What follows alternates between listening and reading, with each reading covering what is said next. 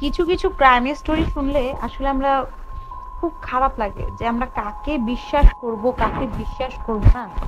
মানে এই বিশ্বাসের জায়গাটাতেই আসলে খুব মানে সন্দেহ একটা সৃষ্টি হয় আপন মানুষদের প্রতি।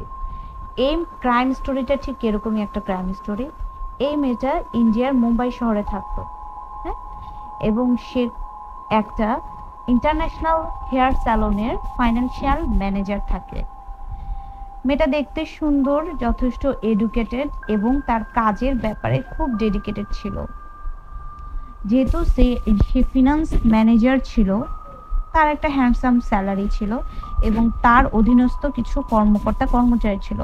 এই দুইজনও তার ওই অধীনস্থ কর্মচারী। এর মাঝখানে যে ছেলেটাকে দেখতে পাচ্ছেন, ও প্রায় মানে বেশ কয়েকবারই মানে সেলস মানে করতে পারছিল না, এবং এটা অনেক দিন যাবত কাজের ব্যাপারে মোটেও মনোযোগী ছিল না।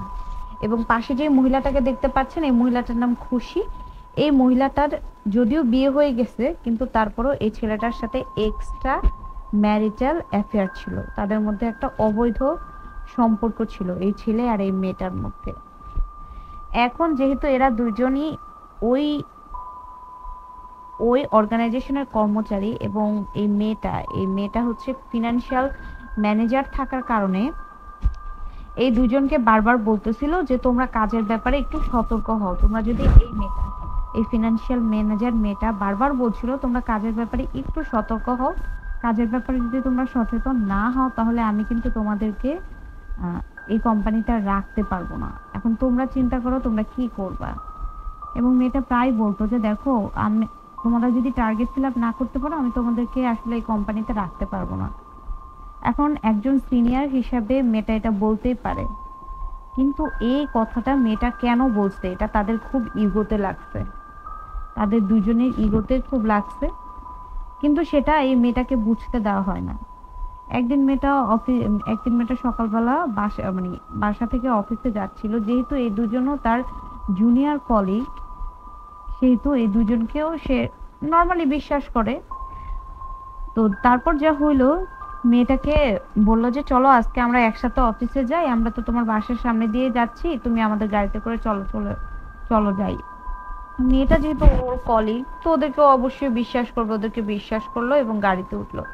গাড়িতে ওঠার কিছুক্ষণ পর দেখে তারা অন্য রাস্তা দিয়ে যাচ্ছে, এবং মেয়েটা এবং এই যে পাশের এই মেয়েটা ওই ফিনান্সিয়াল ম্যানেজার মেয়েটার মুখটা চেপে ধরলো এবং এমন একটা নিস্তব্ধ জায়গায় নিল, যে জায়গার মধ্যে একটা চিৎকার দিলেও কোনো একটা মানুষ আসার মতন ছিল না। তখন মেয়েটা বলতেছিল আমার সাথে এরকম কেন করতেছো তোমরা। তখন ওই দুই কর্মচারী যারা কাজের ব্যাপারে সচেতন ছিল না, তারা বলে তোর এত বড় সাহস, তুই আমাদেরকে কোম্পানি থেকে বের করে দিতে চাস, তুই বল আমাদেরকে কোম্পানি থেকে বের করবি না। তখন মেয়েটা আর আগের মাথায় বললো কোম্পানি থেকে বের করবো কি না করবো এটা তো আমার হাতে নয়, এখানে তো একটা মিটিং হয়, এই মিটিং এর ভিতরে তারা ডিসিশন নেয় তোমাদেরকে কোম্পানিতে রাখবে কিনা। আমি তো জাস্ট তোমাদের সিনিয়র হিসেবে তোমাদের বলার দরকার, তাই তোমাদেরকে বললাম। কিন্তু এই কথাতেও তারা স্যাটিসফাইড হয়নি। পরে মেয়েটাকে ভয়ঙ্করভাবে গলা টিপে মেরে ফেললো এবং তার 3 টুকরা করলো। শরীরের 3 টুকরা 3 জায়গায় ফেলে তারা চলে গেল। কিন্তু তারা ভাবছে তারা কখনোই ধরা পড়বে না। কিন্তু পুলিশ ইনভেস্টিগেশন যখন এটা সিবিআই এর কাছে গেল, তখন সিবিআই অনেক তদন্ত করার পর বুঝতে পারলো তার এই দুজন কলিগই তাকে হত্যা করেছে, এবং তারা অনেকদিন যাবত এই মার্ডার প্ল্যানটা করতেছে। এই গল্পটা থেকে আমরা একটাই জিনিস শিখতে পারি, আসলে আমাদের শত্রু কে আমরা এটা বুঝতে পারবো না। মাঝে মধ্যে কাছের মানুষও অনেক শত্রু হয়। সেই জন্য যখন আমরা বুঝতে পারবো যে এই মুহূর্তে আমার যদি পজিটিভ কোনো রিপ্লাই না দেয় আমাকে মেরে ফেলতে পারে, সেক্ষেত্রে অন্তত পক্ষে পজিটিভ রিপ্লাইটা দেওয়াই উচিত। মেয়েটার তখন বলা উচিত ছিল আমি তোমাদেরকে এই কোম্পানি থেকে বের করব না, আমাকে বিশ্বাস করতে পারো, আহ, আমি তোমাদেরকে এই কোম্পানি থেকে বের করব না। এটা বললে হয়তো বা মেয়েটা বেঁচে যাইতো, কিন্তু ভাগ্য নির্মম পরিহাসে মেয়েটাকে মৃত্যুবরণ করতে হলো, এবং তার লাশের 3 টুকরা এখনো ঠিক মতন খুঁজে পাওয়া যায়নি। এই কেসটা ইন্ডিয়াতে অনেক সাড়া ফেলেছে। ধন্যবাদ সবাইকে।